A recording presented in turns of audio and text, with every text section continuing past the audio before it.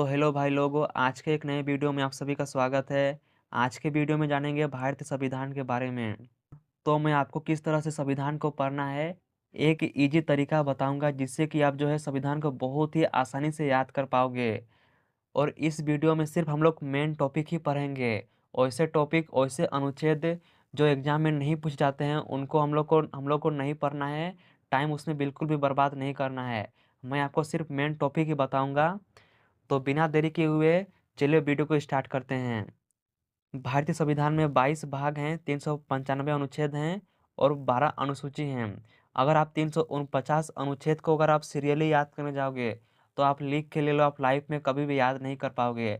अगर आप गलती से याद कर भी देते हो तो आप एक महीने के अंदर या फिर 15-20 दिन के अंदर भूल जाओगे। आपको कहीं ना कहीं दिक्कत होगी ही। आपको संविधान को किस तरीके से पढ़ना है आपको मैं बता देता हूँ।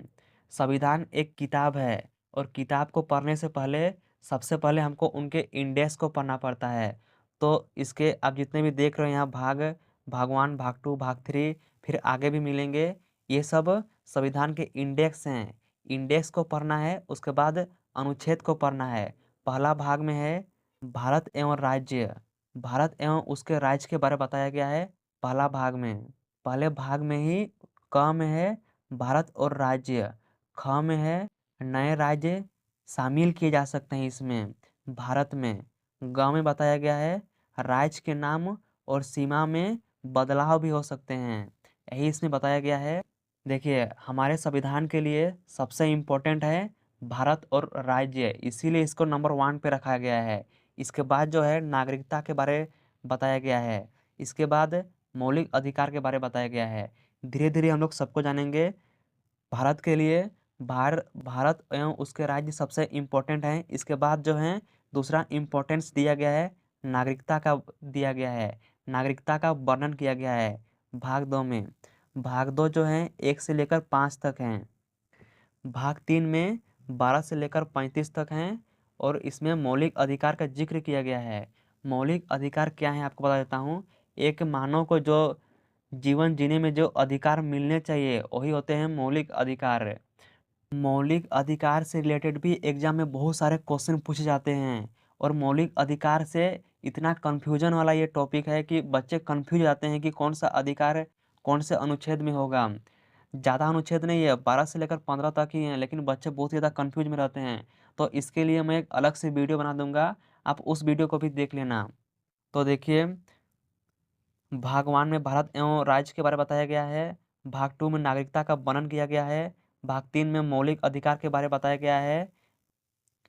भाग 4 में मौलिक कर्तव्य के बारे में बताया गया है। मौलिक कर्तव्य क्या होता है मैं आपको शॉर्ट में बता देता हूँ।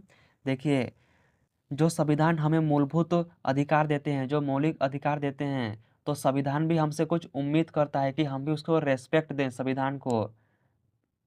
और रेस्पेक्ट किस तरह से दे सकते हैं?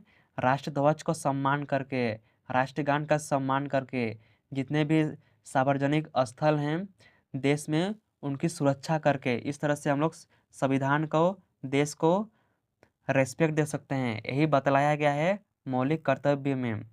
भाग 5 में जो है राष्ट्रपति के बारे में बताया गया है।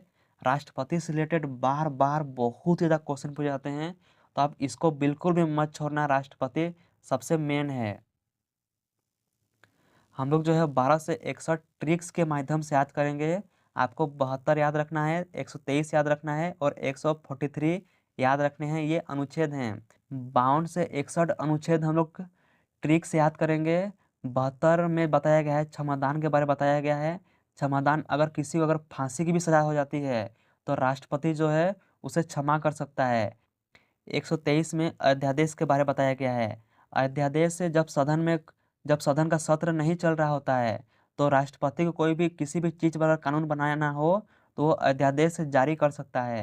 यही 123 में बताया गया है। 143 यानी कि आई लव यू, इस तरीके से आप याद कर सकते हो। देखो, हम लोग को याद करने में कोई भी ट्रिक कसर नहीं छोड़ेंगे, जितना भी ट्रिक हो सके मैं आप लोग को सब कुछ एकदम डिटेल से बतलाऊंगा। 143 यानी कि आई लव यू, इसमें सुप्रीम कोर्ट से सलाह लेने की बात कही गई है। सुप्रीम कोर्ट से सलाह कौन ले सकता है? राष्ट्रपति ले सकता है। जब कोई विषय पर, किसी विषय पर कानून बनाना हो तो वो सुप्रीम कोर्ट से सलाह ले सकता है राष्ट्रपति। अब 52 से लेकर 61 अनुच्छेद हम लोग ट्रिक से याद कर लेते हैं। इसके लिए आपको पकानी कोका द्यू दशम याद करना होगा। पकानी कोका द्यो दशम, ये बहुत ही फेमस ट्रिक है। बहुत सारे बच्चे जो हैं इसी को याद करते हैं। मैं आपको नया ट्रिक याद नहीं करने बोलूँगा, जो सिंपल है और जो फेमस टीचर भी इसको पढ़ाते हैं वही आप लोग को याद करना है। वाहन में प से देखिए, प से पद के बारे जिक्र किया गया है। उसके बाद का से कार्यपालिका। 52, 53, 54 अनुच्छेद यानी कि नी से निर्वाचन, निर्वाचन के बारे में जिक्र किया गया है 54वां अनुच्छेद में। अब कोका, को से हो जाएगा कोटा, 55वां अनुच्छेद में ये जिक्र किया गया है। 56 में हो जाएगा कार्यकाल, 57 में हो जाएगा दशाएं, 58 में हो जाएगा योग्यता, 59 में हो जाएगा दोबारा, 60 में हो जाएगा शर्तें, 61 में हो जाएगा महाभियोग। महाभियोग जो है राष्ट्रपति पर चलाया जाता है उसको हटाने के लिए। ये सब पकानी में आ जाएंगे। पकानी कोका दयो दशम, 52 से लेकर लगातार आपको 61 तक याद करने हैं। राष्ट्रपति के याद करने के बाद आपको उपराष्ट्रपति के याद करना है। 61 तक याद कर लिए, फिर 63 और 64 भी याद कर लेना। ये भी एग्जाम में जो है पूछ जाते हैं। 63 में उपराष्ट्रपति के पद के बारे में बताया गया है। 64 में उपराष्ट्रपति जो है राज्यसभा के सभापति के रूप में कार्य कर सकता है, इसके बारे में बताया गया है। फिर राज्यपाल को याद करने के लिए आपको जो मैं ट्रिक बताया था पकानी कोका देव दशम, उसमें जो है इन तीनों में 153, 154 और 155, 53 के आगे एक लगा देना है तो 153 हो जाएगा। फिर 154, फिर 155। 153 में पद का है, 154 अनुच्छेद में कार्यपालिका के बारे बताया गया है, 155 में निर्वाचन के बारे बताया गया है। आगे हम लोग जानते हैं प्रधानमंत्री के बारे और मुख्यमंत्री के बारे। देखिए आप लोग को दोनों को एक जोड़ा में याद करना है। एक जोड़ा में याद कीजिएगा तो बहुत ज़्यादा इजी तरीके से आप लोग याद कर सकते हैं।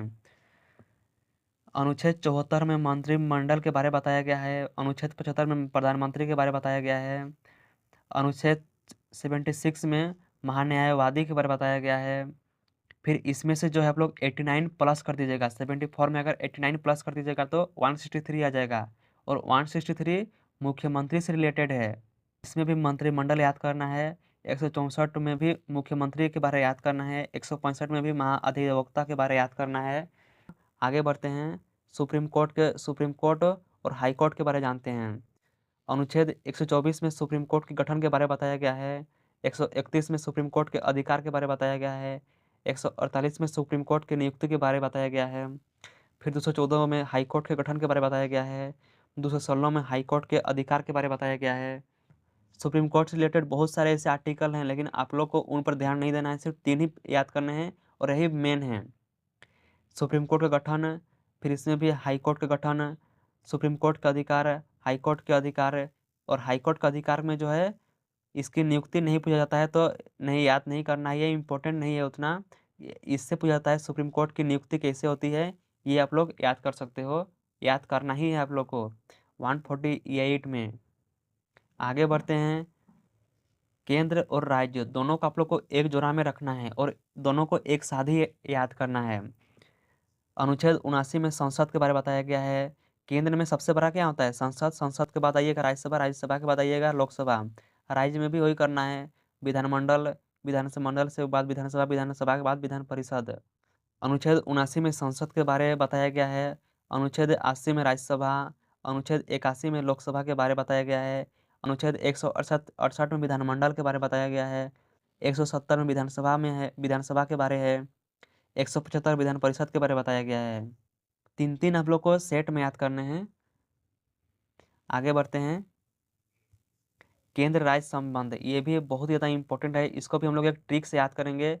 ट्रिक किसका होगा? क्रिकेट का होगा। क्रिकेट में हम लोग बहुत सारे नंबर होते हैं, वही नंबर से हम लोग केंद्र राज्य संबंध के बारे में जानेंगे। 249 देखिए, 249 अनुच्छेद 249 किसका टी शर्ट नंबर है? उमरान मलिक का है। उमरान मलिक का है। उमरान मलिक जो है भारत का सबसे बड़ा फास्टेस्ट बॉलर है और उसका टी शर्ट का नंबर 249 है। 249 में बताया गया है राज्य सूची पर कानून बनाने की शक्ति। जो केंद्र है वो राज्य सूची पर कानून बना सकता है, यही बताया गया है 249 में।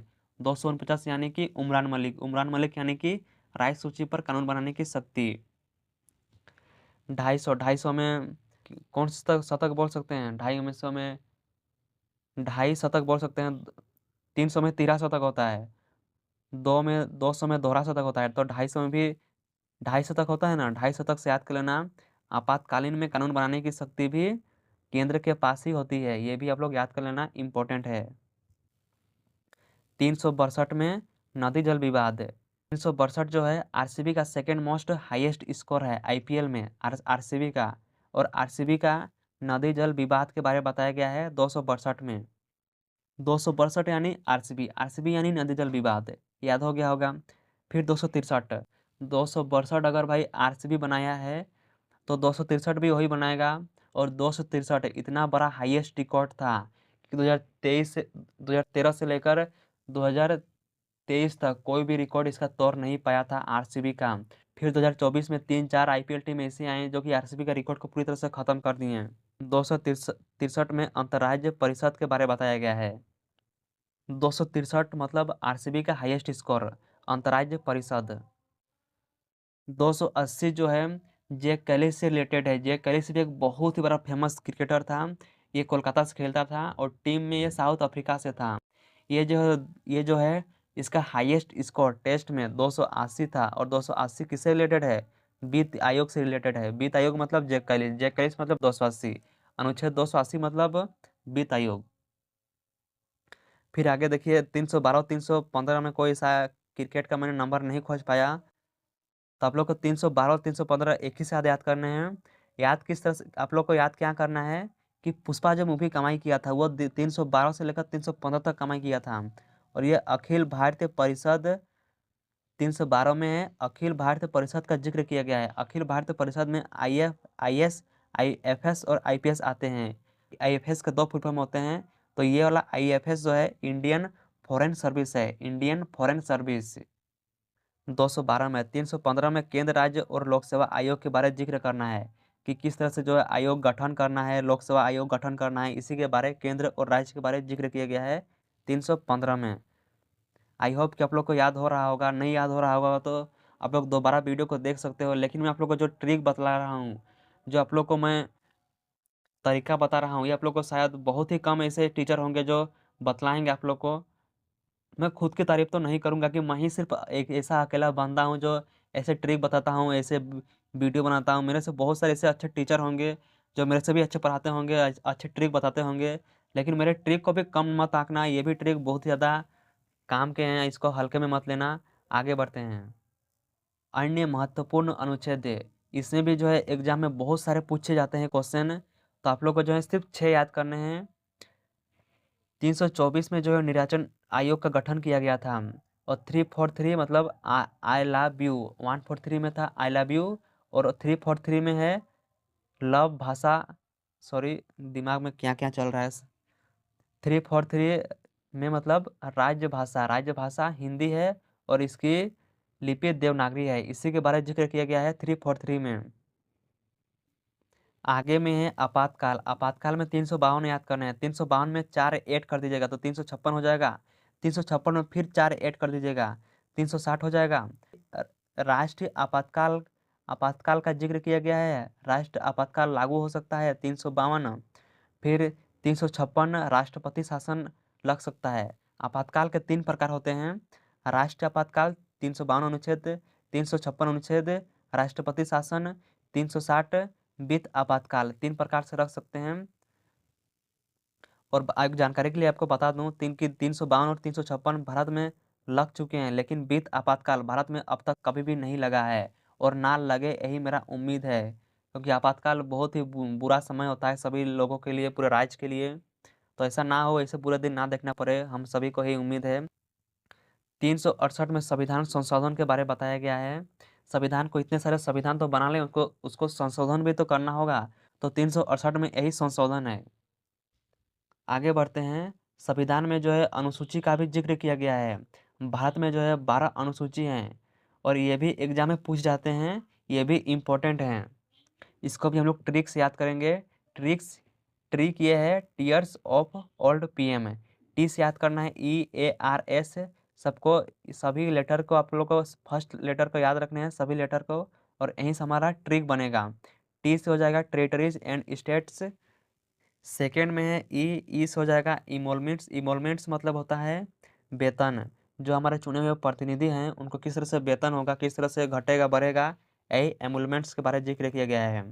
अगर आप हिंदी मीडियम से हो तो आप देख लेना, मैं आप लोग को हिंदी भी बता दे रहा हूँ, आपको कोई दिक्कत नहीं होगा। 3 में बताया गया है अफर्मेशन एंड ऑथ। ऑथ मतलब होता है शपथ, अफर्मेशन मतलब होता है प्रतिज्ञा। प्रतिज्ञा और शपथ के बारे में बताया गया है अनुसूची 3 में। 4 में जो है राज्यसभा सीट एलोकेशन, राज्यसभा के सीट के बारे बंटवारा के बारे में बताया गया है अनुसूची 4 में। यह अनुसूची है, ध्यान रखना, अनुच्छेद नहीं, अनुसूची अलग होता है। 5 में शेड्यूल एरियाज के बारे में बताया गया है। शेड्यूल एरियाज में SC ST के बारे में बताया गया है। बहुत सारे ऐसे विधानसभा एरिया हैं भारत में जिसमें कि SC और ST की संख्या ज़्यादा है, तो वैसे क्षेत्रों में सिर्फ SC और ST के कैंडिडेट ही खड़ा हो सकते हैं।